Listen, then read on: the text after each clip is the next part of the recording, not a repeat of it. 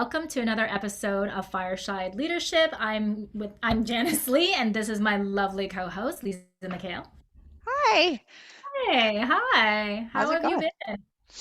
It's been an interesting week. A lot of things going on all fronts. Mhm. There's just a lot going on. I don't even know where to start. So let's just dive in. Let's just Yeah, dive in lots of today. news. And that really digs into the conversation that we wanted today is around, leadership is, and I love this from an earlier conversation that we had with Darlene. She's like, leadership is not like a one moment in time thing, it's a series of choices. So that leads us to our conversation around taking action.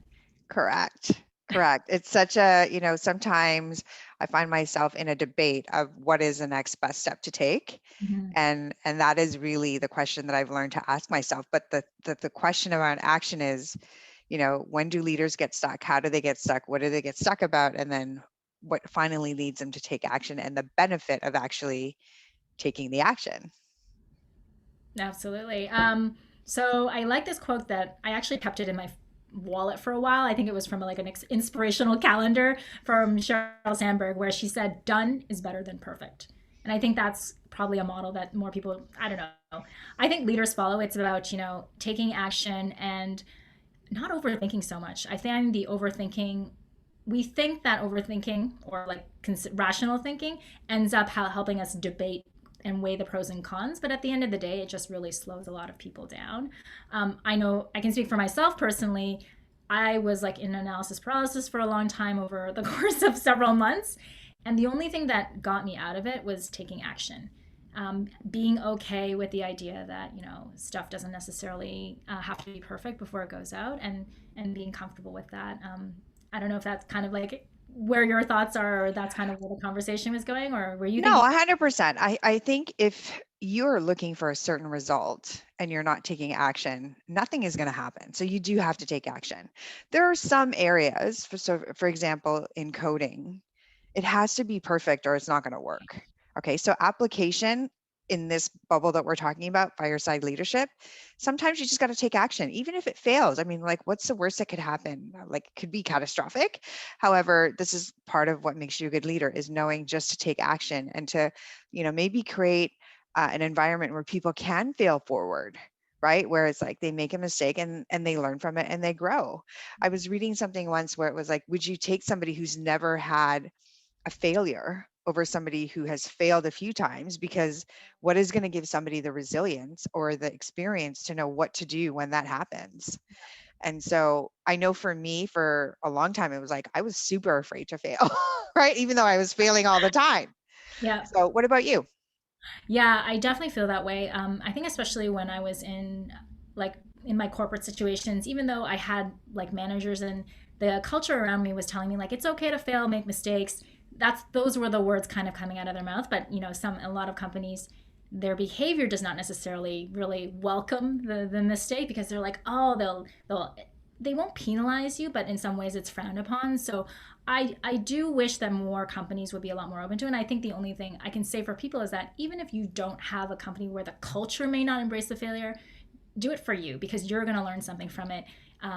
And you know what, you'll get better for it, because if you don't actually learn it through that failure, you're actually not learning anything new. You're just kind of doing the same thing over and over again. For me, I think that's been the most important lesson over the last, I would say, I guess 3 to 4 years of my life, is that fail forward, fail fast. And you read this in books a lot, and you hear it from leadership, and then I think everyone would agree, yeah, fail forward.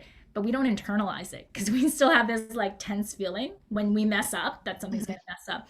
That may never go away, but at least you're good with it, and you just kind of continue to move forward, like move on. So, yeah, in my experience, I think everyone believes and aligns to that belief that we should fail. Whether or not you're embracing it personally, I think, is a totally different story, and that just comes with practice. Like, just keep practicing.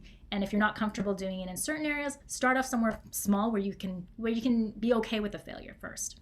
Right. I think you touched on something really, really interesting, and it's that feeling that is like stopping you. And I think when you stop yourself from failing every single time, you forget what it looks like that uncomfortableness of like thinking that you're going to fail.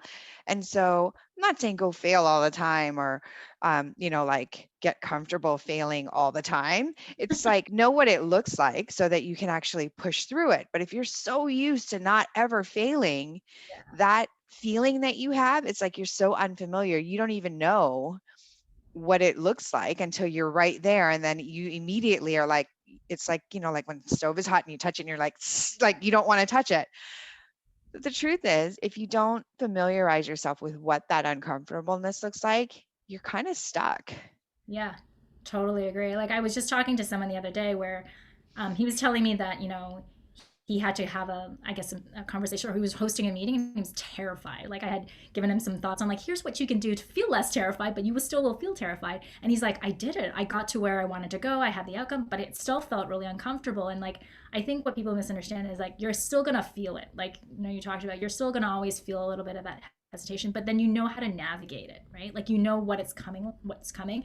It's almost like if anyone who's ever learned how to ride a bike, you're always going to have that at that point you're like Yeah. tipping over or whatever, but you kind of like adjust your body, you shift naturally because you know like what needs to be done to kind of get back on the bike and right side yourself. Same thing with I think anything new you're trying. The first couple of times you're just going to like completely bail and fall over, but then you're at some point you're going to course correct and adjust because you know what needs to be done, and it'll be like small little tweaks, but that feeling will always be there. That like slightly off kilter balance may always be there. No, 100%. And I love that you associated with something that is tangible, like riding a bike, Yeah. right? Eventually, you're going to find your balance and then you're going to go forward. And then guess what? There's going to be a new challenge that comes your way. And Mhm. then it's like you're going to learn to ride a bike all over again, except it might not be a bike, it might be something else.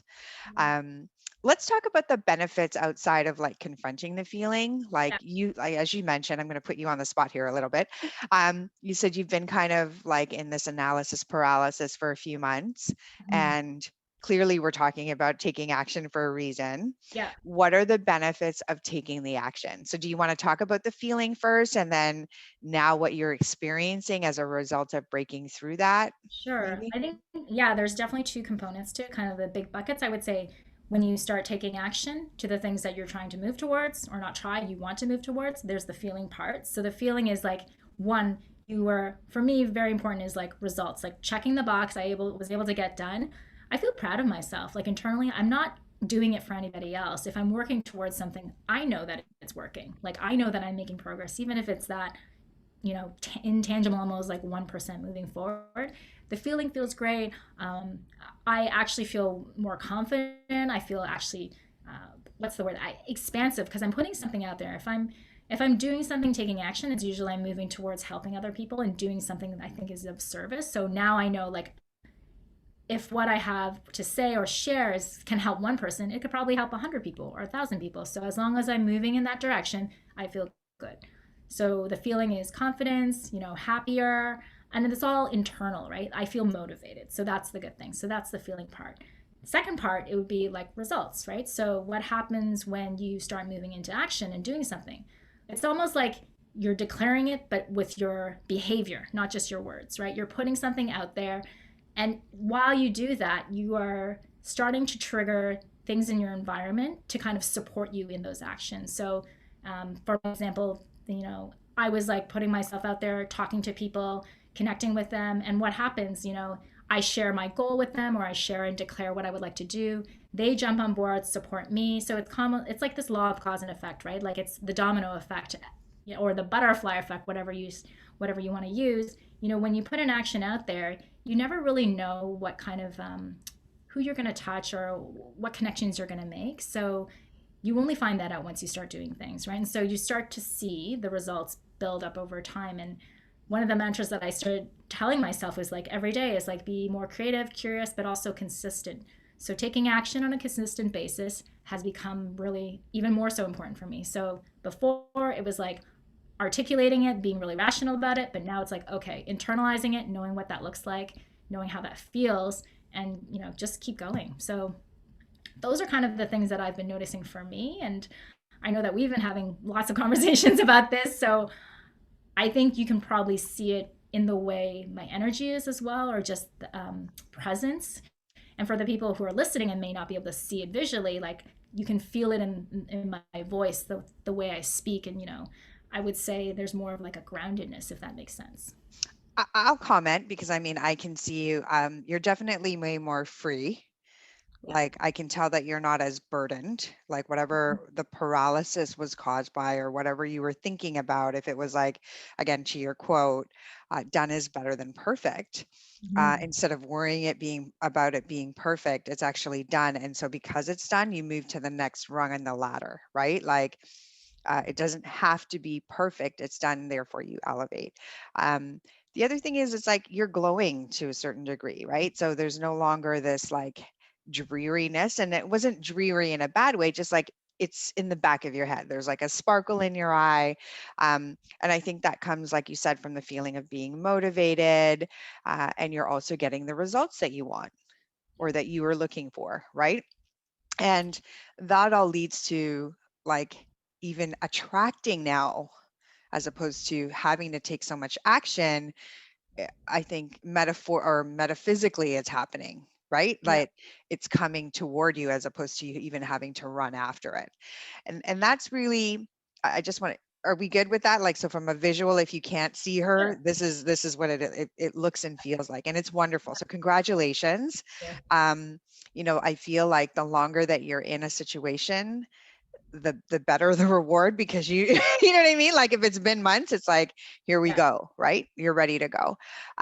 This really ties into leader of self to lead others for me.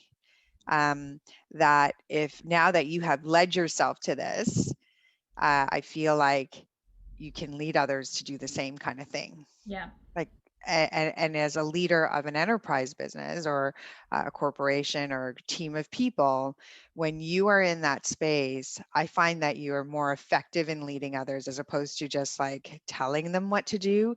They are really enrolled in an authentic way Right. to hear what you're saying. Absolutely. I like what you said about like leader of self. And we talk about that.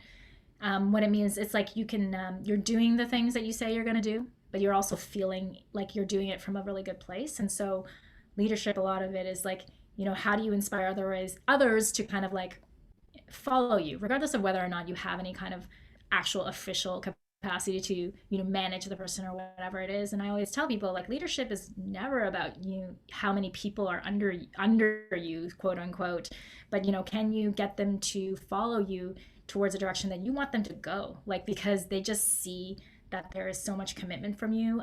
They can feel the commitment that you have and they can understand what you're trying to communicate. Mhm. Um, and that's something that I think really takes nurturing and building up over time. So, yeah, for sure, I definitely think for enterprise leaders, that's the ones that do really well. It's because they have that feeling, and they do it also in a way that's easy and like easy to approach, easy to understand, reaches a lot of people.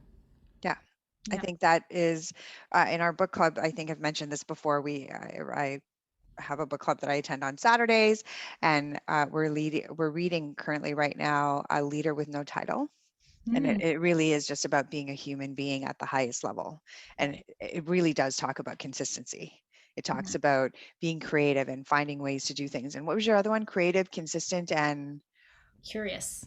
curious. Yeah, like really find out what people Yeah. are, what's important to them, right? Right.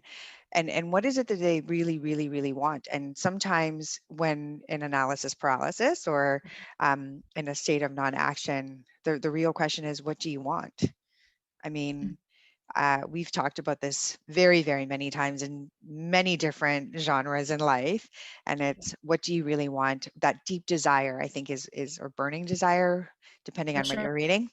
Yeah. Um, and from that to actually getting it, what is required, and there's a lot of uncomfortableness. There's a lot of potential for failure. There's a lot of like wanting to bury your head in the sand. There's a lot of, and each one of those is a moment. It's a choice to be able to choose to I don't even want to say overcome. What would you I would call that? say persevere. So I think one of the best um, descriptions of how I heard leadership being articulated and like how to grow is that, stop worrying so much about like, if you just think about every day, like who is it the person that you want to really embrace as your identity, right?